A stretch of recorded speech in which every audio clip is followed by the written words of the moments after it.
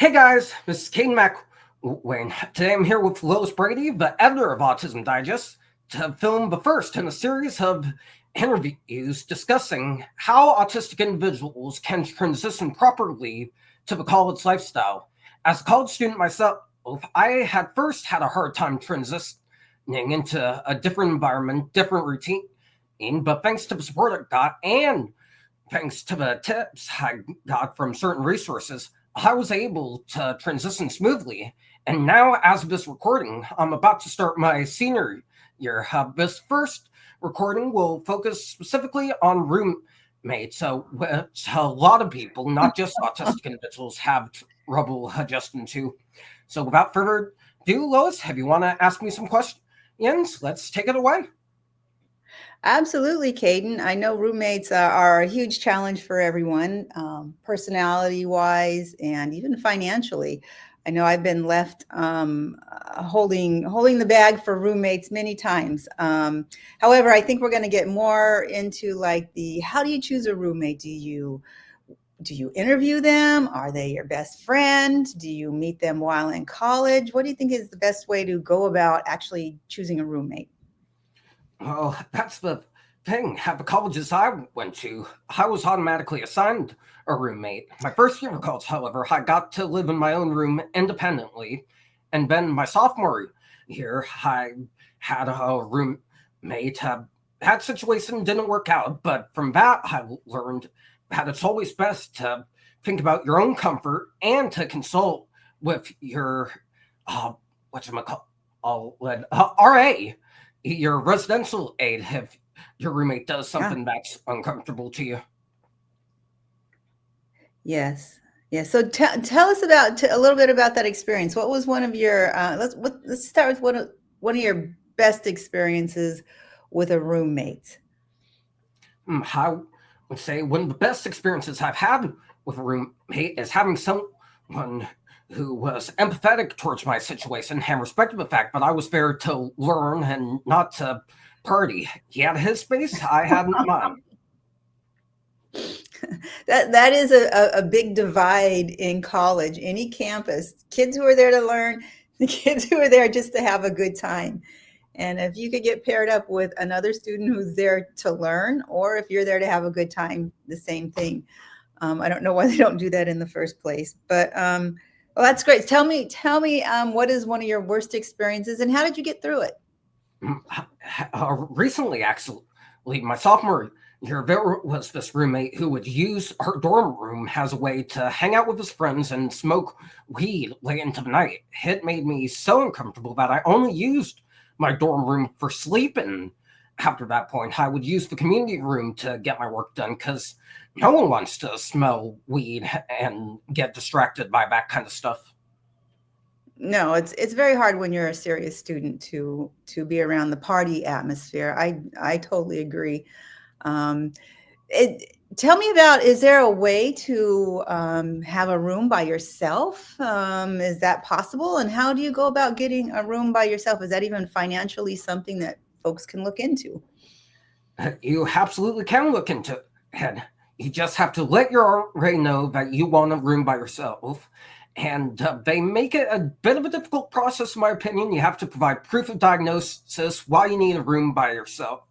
I did specifically in my freshman year of college, but I think if they made those processes easier for individuals and there weren't so many hoops to jump through, a lot of students wouldn't have the issues they have with roommates at times.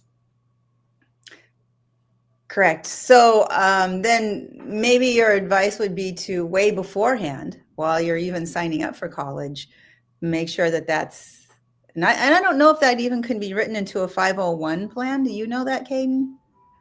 Yeah, Or it could or definitely if you've be got a written into. 501 in, It could absolutely be written into a 501 plan.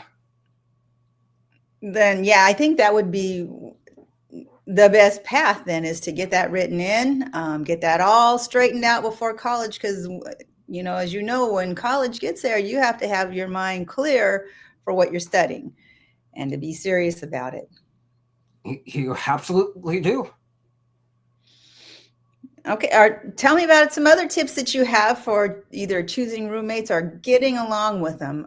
Just besides, the number one you gave us is to explain your situation and who you are, and what you need to be able to get successful, and the other one is just staying out of the room only to sleep.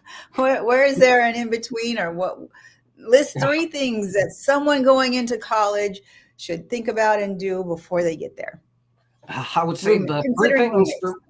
for me personally is consult with your RA and your residential hall director. If a roommate is making you uncomfortable, take it up with them. They'll work to get that situation squared away. But if they're too busy and they urge you to try to talk it out, do so with that person and try to be patient with them. I think if I was patient with my roommate during my sophomore year of college, things definitely would have gone better in that aspect, and I would have been able to use my room for studying as opposed to the community room. Okay. And I would say my third tip is to respect personal space. No one wants someone going through their things or disrespecting their space. So I would say not just for those who are on the spectrum or neurodivergent, but for anyone, respect your roommate's personal space and be empathetic towards their belongings. Correct.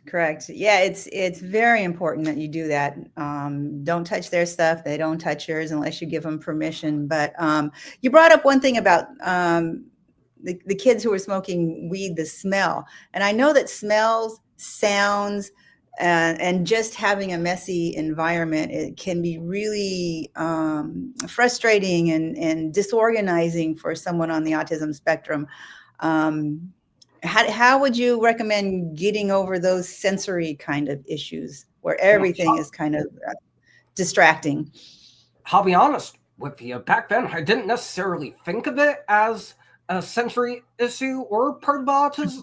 I've always had a grudge against drugs and people not focusing on their studies. Looking back at it now, it was probably some sensory stuff, but I would say for anyone going through that, I would say explain the situation to their roommate, ask them to at least smoke outside of the hall altogether as a sign of respect. And because Yeah. you're supposed to anyway, it's college policy. And if they don't do that, as I've been saying, tell your RA or residential hall director, and they'll be sure to take care of the situation. Well, those are great tips. I'm glad you made it through and you're in your senior year. Congratulations. And, hopefully if anyone has any other questions, Kadin is always available to answer questions.